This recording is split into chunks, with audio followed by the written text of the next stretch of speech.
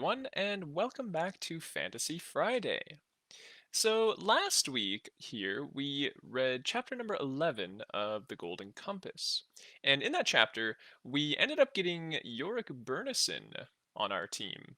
Lyra found out via the alethiometer where his armor was hiding, and he kind of went on a bit of a rampage through the town to get a hold of it. And then he put it on, and he was himself again. Now, we also picked up Lee Scoresby along the way, who turns out to be an aeronaut, someone it mentioned from Texas, who is capable of flying. So he uses a something of a hot air balloon for that, which is quite interesting, but we will likely learn more about that later. So today we have chapter number 12, and that's going to pick up right where we left off, where we saw Lyra and the crew in transit, and Pantalaimon seemed to think that there was a monkey following them. So let's see the result of that today as we read chapter number 12, The Lost Boy. They traveled for several hours and then stopped to eat. While the men were lighting fires and melting snow for water, with Yorick Burnison watching Lee Scoresby roast seal meat close by, John Faw spoke to Lyra. Lyra, can you see that instrument to read it? He said. The moon itself had long set. The light from the aurora was brighter than moonlight, but was inconstant. However, Lyra's eyes were keen, and she fumbled inside her furs and tugged out the black velvet bag. Yes, I can see it all right, she said. But I know where most of the symbols are by now anyway. What shall I ask it, Lord Fa? I want to know more about how they're defending this place. Bolvangar, He said. Without even needing to think about it, she found her fingers moving the hands to point to the helmet, the griffin, and the crucible, and felt her mind settle into the right meanings like a complicated diagram in 3 dimensions. At once the needle began to swing round, back, round and on further, like a bee dancing its message to the hive. She watched it calmly, content not to know at first, but to know that a meaning was coming, and then it began to clear. She let it dance on until it was certain. It's just like the witch's demon said, Lord Fa. There's a company of Tartars guarding the station, and they got wires all around it. But they don't really expect to be attacked. That's what the symbol reader says. But Lord Fa, what, child? it's telling me something else. In the next valley, there's a village by a lake where the folk are troubled by a ghost. John Fa shook his head impatiently and said, That don't matter now. There's bound to be spirits of all kinds among these forests. Tell me again about them Tartars. How many, for instance? What are they armed with?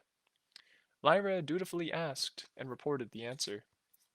There's 60 men with rifles, and they got a couple of larger guns, sort of cannons. They got fire throwers, too, and their demons are all wolves, that's what it says.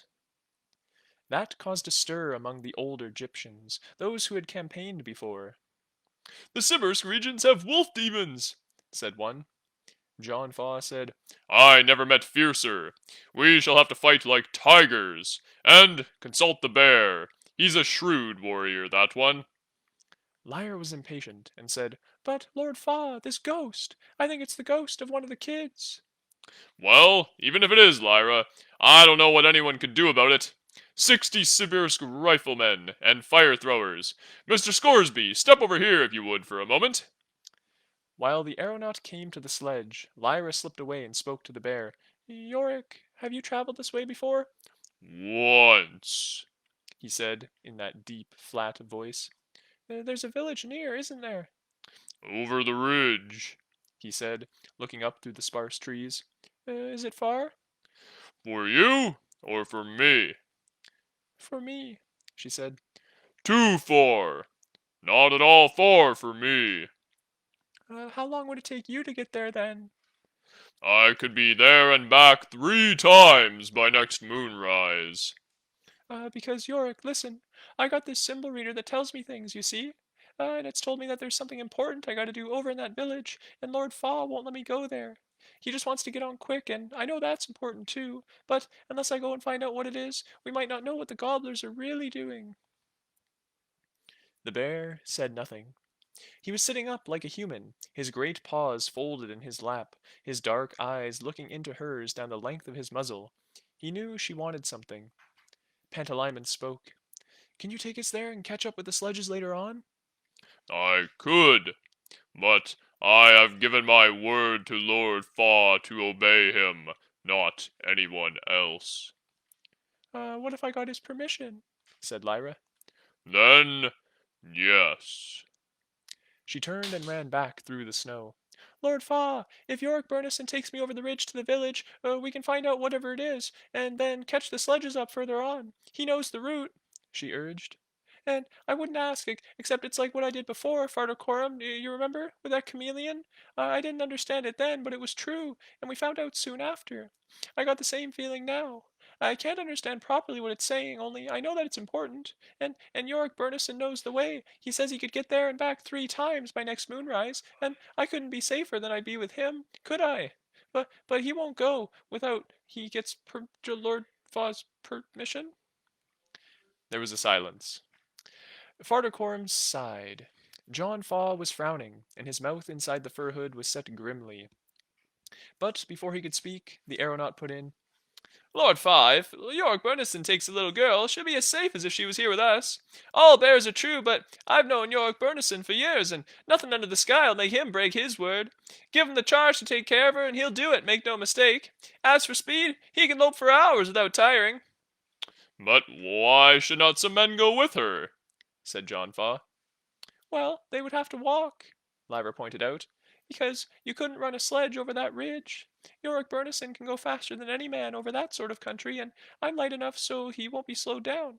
And I promise, Lord Fa, I promise not to be any longer than I need, and not to give anything away about us, or to get in any danger. You're sure you need to do this? That symbol reader ain't playing the fool with you? It never does, Lord Fa, and I don't think it could. John Fa rubbed his chin. Well, if all comes out right, we'll have a piece more knowledge than we do now. Yorick Burnison, He called. are you willing to do as this child bids? I do your bidding. Tell me to take the child there, and I will. Very well. You are to take her where she wishes to go, and do as she bids. Lyra, I'm commanding you now, you understand? Yes, Lord Fa. You go and search for whatever it is, and when you found it, you turn right round and come back. Yorick Burnison, we'll be traveling on by that time, so you'll have to catch us up. The bear nodded his great head. Are there any soldiers in the village? Lyra asked. Will I need my armor? Yorick said. We shall be swifter without it. No, she said. I'm certain of that, Yorick. Thank you, Lord Fa, and I promise I'll do just as you say. Tony Costa gave her a strip of dried seal meat to chew, and, with Pantalaimon as a mouse inside her hood, Lyra clambered onto the great bear's back, gripping his fur with her mittens and his narrow muscular back between her knees. His fur was wondrously thick, and the sense of immense power she felt was overwhelming. As if she weighed nothing at all, he turned and loped away in a long, swinging run up toward the ridge and into the low trees. It took some time before she was used to the movement, and then she felt a wild exhilaration. She was riding a bear! And the aurora was swaying above them in golden arcs and loops, and all around was the bitter Arctic cold and the immense silence of the north. Yorick Burnison's paws made hardly any sound as they padded forward through the snow. The trees were thin and stunted here, for they were on the edge of the tundra, but there were brambles and snagging bushes in the path. The bear ripped through them as if they were cobwebs. They climbed the low ridge, among outcrops of black rock, and were soon out of sight of the party behind them. Lyra wanted to talk to the bear, and if he had been human, she would already be on familiar terms with him. But he was so strange and wild and cold that she was shy, almost for the first time in her life. So, as he loped along, his great legs swinging tirelessly, she sat with the movement and said nothing. Perhaps he preferred that anyway, she thought. She must seem a little prattling cub, only just past babyhood, in the eyes of an armored bear. She had seldom considered herself before, and found the experience interesting but uncomfortable, very like riding the bear, in fact. Yorick Burnison was pacing swiftly, moving both legs on one side of his body at the same time, and rocking from side to side in a steady, powerful rhythm. She found she couldn't just sit, she had to ride actively. They had been traveling for an hour or more, and Lyra was stiff and sore, but deeply happy, when Yorick Burnison slowed down and stopped. Look up. He said. Lyra raised her eyes and had to wipe them with the inside of her wrist, for she was so cold that tears were blurring them. When she could see clearly, she gasped at the sight of the sky. The aurora had faded to a pallid, trembling glimmer, but the stars were as bright as diamonds, and across the great dark diamond-scattered vault, hundreds upon hundreds of tiny black shapes were flying out of the east and south toward the north. Are they birds? She said. They are witches. Said the bear. Witches? What are they doing? Flying to war, maybe. I have never seen so many at one time. Do you know any witches, Yorick? I have served some, and fought some too. This is a sight to frighten Lord Fa. If they're flying to the aid of your enemies, you should all be afraid. Lord Fall wouldn't be frightened. You ain't afraid, are you? Not yet. When I am, I shall master the fear. But we had better tell Lord Fa about the witches, because the men might not have seen them. He moved on more slowly, and she kept watching the sky until her eyes splintered again with tears of cold, and she saw no end to the numberless witches flying north. Finally, Yorick Burnison stopped and said, There is the village. They were looking down a broken, rugged slope toward a cluster of wooden buildings beside a wide stretch of snow as flat as could be, which Lyra took to be the frozen lake. A wooden jetty showed her she was right. They were no more than 5 minutes from the place. What do you want to do? The bear asked. Lyra slipped off his back and found it hard to stand. Her face was stiff with cold and her legs were shaky, but she clung to his fur and stamped until she felt stronger. There's a child or a ghost or something down in that village, she said. Or maybe near it. I don't know for certain. I want to go and find him and bring him back to Lord Fa and the others if I can. I thought he was a ghost, but the symbol reader might be telling me something I can't understand, If he is outside, said the bear. he had better have some shelter.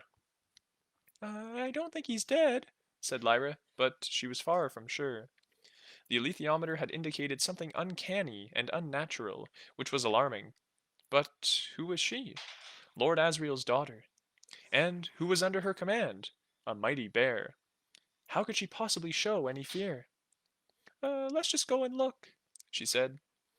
She clambered onto his back again, and he set off down the broken slope, walking steadily and not pacing any more. The dogs of the village smelled or heard or sensed them coming, and began to howl frightfully, and the reindeer in their enclosure moved about nervously, their antlers clashing like dry sticks. In the still air, every movement could be heard for a long way. As they reached the first of the houses, Lyra looked to the right and left, peering hard into the dimness, for the aurora was fading and the moon still far from rising. Here and there a light flickered under a snow-thick roof, and Lyra thought she saw pale faces behind some of the window panes, and imagined their astonishment to see a child riding a great white bear. At the center of the little village there was an open space next to the jetty, where boats had been drawn up, mounds under snow. The noise of the dogs was deafening, and just as Lyra thought it must have wakened everyone, a door opened and a man came out holding a rifle. His wolverine demon leaped onto the woodstack beside the door, scattering snow. Lyra slipped down at once and stood between him and Yorick Burnison, conscious that she had told the bear there was no need for his armor. The man spoke in words she couldn't understand. Yorick Burnison replied in the same language, and the man gave a little moan of fear. He thinks we are devils. Yorick told Lyra. What shall I say? Tell him we're not devils, but we've got friends who are. And we're looking for, just a child, a strange child. Tell him that. As soon as the bear had said that, the man pointed to the right, indicating some place further off, and spoke quickly. Yorick Burnison said, He asks if we have come to take the child away. They are afraid of it. They have tried to drive it away, but it keeps coming back. Tell him we'll take it with us. But they were very bad to treat it like that. Where is it? The man explained, gesticulating fearfully. Lyra was afraid he'd fire his rifle by mistake, but as soon as he had spoken, he hastened inside his house and shut the door. Lyra could see faces at every window. Where is the child? She asked. In the fish house. The bear told her, and turned to pad down toward the jetty. Lyra followed. She was horribly nervous. The bear was making for a narrow wooden shed, raising his head to sniff this way and that, and when he reached the door he stopped and said, In there. Lyra's heart was beating so fast she could hardly breathe. She raised her hand to knock at the door, and then, feeling that that was ridiculous, took a deep breath to call out, but realized that she didn't know what to say. Oh, it was so dark now! She should have brought a lantern. There was no choice, and, anyway, she didn't want the bear to see her being afraid. He had spoken of mastering his fear. That was what she would have to do. She lifted the strap of reindeer hide holding the latch in place, and tugged hard against the frost binding the door shut. It opened with a snap. She had to kick aside the snow piled against the foot of the door before she could pull it open, and Pantalaimon was no help, running back and forth in his ermine shape, a white shadow over the white ground, uttering little frightened sounds. Pan, for God's sake, she said, be a bat, go and look for me. But he wouldn't, and he wouldn't speak either. She had never seen him like this, except once, when she and Roger in the crypt at Jordan had moved the demon coins into the wrong skulls. He was even more frightened than she was. As for Yorick Burnison, he was lying in the snow nearby, watching in silence. Come out, Lyra said as loud as she dared. Come out! Not a sound came in answer. She pulled the door a little wider, and Pantalaimon leaped up into her arms, pushing and pushing at her in his cat form, and said, Go away! Don't stay here! Oh, Lyra, go now! Turn back! Trying to hold him still, she was aware of Yorick Burnison getting to his feet, and turned to see a figure hastening down the track from the village, carrying a lantern. When he came close enough to speak, he raised the lantern and held it to show his face. An old man with a broad, lined face, and eyes nearly lost in 1,000 wrinkles. His demon was an Arctic fox. He spoke, and Yorick Burnison said, He says that it's not the only child of that kind. He has seen others in the forest. Sometimes they die quickly. Sometimes they don't die. This one is tough, he thinks. But it would be better for him if he died. Ask him if I can borrow this lantern, Lyra said. The bear spoke, and the man handed it to her at once, nodding vigorously. She realized that he'd come down in order to bring it to her, and thanked him, and he nodded and stood back, away from her, and the hut, and away from the bear. Lyra thought suddenly, what if the child is Roger? And she prayed with all her force that it wouldn't be.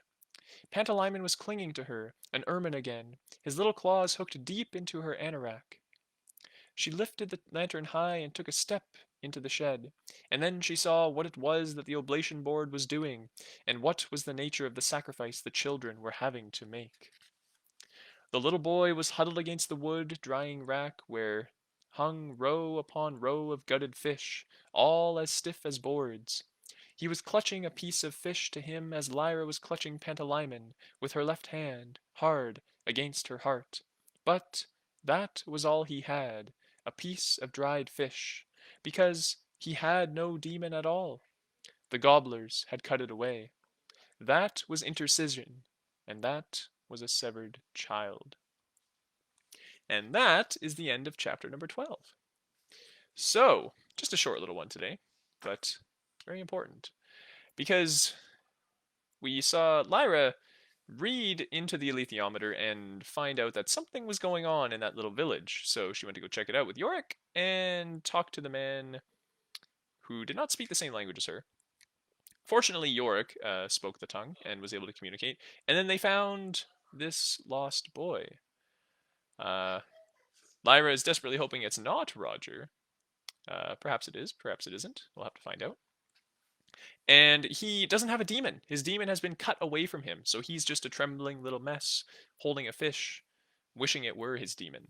So he has obviously been quite traumatized and quite hurt by the situation.